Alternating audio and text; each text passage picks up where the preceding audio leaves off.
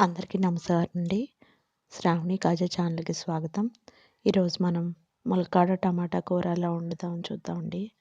దానికోసం కళాయి పెట్టుకొని ఆయిల్ వేసుకొని తాలింపు గింజలు, ఉల్లిపాయలు, పచ్చిమిరపకాయలు వేగిపోయిన తర్వాత ఉప్పు, పసుపు, అలాగే ఒక టేబుల్ స్పూన్ అల్లం వెల్లుల్లిపాయ పేస్టు, అలాగే కోసిపెట్టిన ములక్కాడలు, టమాటాలు 4 టమాటాలు, అలాగే కారం 2 టేబుల్ స్పూన్ల కారం, 1 టేబుల్ స్పూన్ ధనియాల పొడి,